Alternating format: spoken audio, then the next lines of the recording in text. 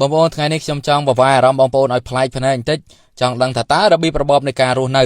រវាងប្រទេសកម្ពុជាយើងនិងប្រទេសឡាវវាខុសគ្នារបៀបម៉េចហើយរបៀបយ៉ាងណាយ៉ាងណីឥឡូវនេះខ្ញុំបានមកដល់ប្រទេសឡាវហើយនឹងថតបង្ហាញខ្លះៗអំពីផ្សារមួយនៅក្នុងទឹកដីនៃប្រទេសឡាវហើយបងប្អូនឃើញហើយការលក់ដូរការរស់នៅប្រចាំថ្ងៃគឺមិនខុសគ្នាទេស្តៀងគ្នាតែប៉ុណ្្នឹងឯងមានហាងម៉ាស្សាកោសជប់អីផ្សេងកន្លែងហូបចុករេញការ៉ាអូខេផ្សេងដូចតែយើងដែរมันមានអីខុសគ្នាប្រហែលឡើយហើយមុននឹងយើងដល់ឡាវហ្នឹងយើងត្រូវធ្វើការឆ្លងនៅឆ្លងទូកណាពីទន្លេនៃប្រទេសកម្ពុជាយើងពីទឹកដីនៃប្រទេសកម្ពុជាយើងទៅដល់ទឹកដីប្រទេសឡាវហើយការជិះឆ្លងហ្នឹងគឺ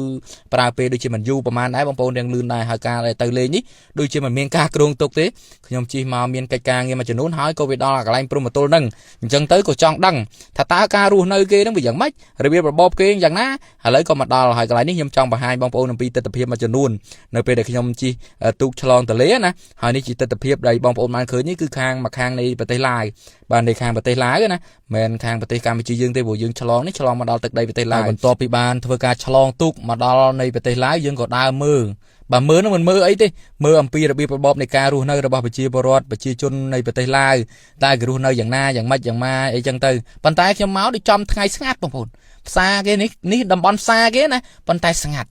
ហើយមើលទៅវាដូចមិនមានអីខុសប្លែកពីប្រទេសយើងប្រហែលទេហើយការអភិវឌ្ឍគឺប្រហាក់ប្រហែលគ្នាហើយកន្លែងផ្សេងលក់ដូរអីហ្នឹងគឺដូចនិយាយទៅដូចគ្នាតែម្ដងគាត់ថាខុសអក្សរនិងខុសអីតែប៉ុណ្្នឹងឯងបើយើងមើលជាក់ស្ដែងទៅបងប្អូន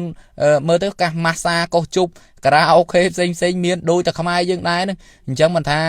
បើយើងមិនមកដល់យើងមិនដឹងថាវាយ៉ាងម៉េចឥឡូវពេលមកដល់មិនដឹងហើយបន្ទាប់ពីមកដល់ហើយយើងក៏ធ្វើការត្រឡប់ទៅវិញបាទត្រឡប់ទៅវិញគឺរាំងយប់ដែររាំងសតុំណាបងប្អូនហើយយើងធ្វើដំណើរជិះឆ្លងទន្លេនេះគឺមិនប្រើពេលយូរប្រហែលទេដោយសាររាំងគៀកគ្នាវានៅជាប់ព្រំប្រទល់ណាជាប់ព្រំប្រទល់រាំងគៀកគ្នាដែរឆ្លងប្រហែលជាខ្ទង់20ទៅ30នាទីតែប៉ុណ្្នឹងឯងគឺដល់ហើយយើងជិះមកសន្ទុះទៅក៏ដល់ហើយសូមអធិស្ឋានផងពុកម៉ែបងប្អូននៅត្រង់ចំណុចមួយចំនួនដោយសារខ្ញុំមិនបានលំអិតទេព្រោះខ្ញុំមកនេះគឺបថុចញុចបើមិនមានបានគ្រោងទុកអី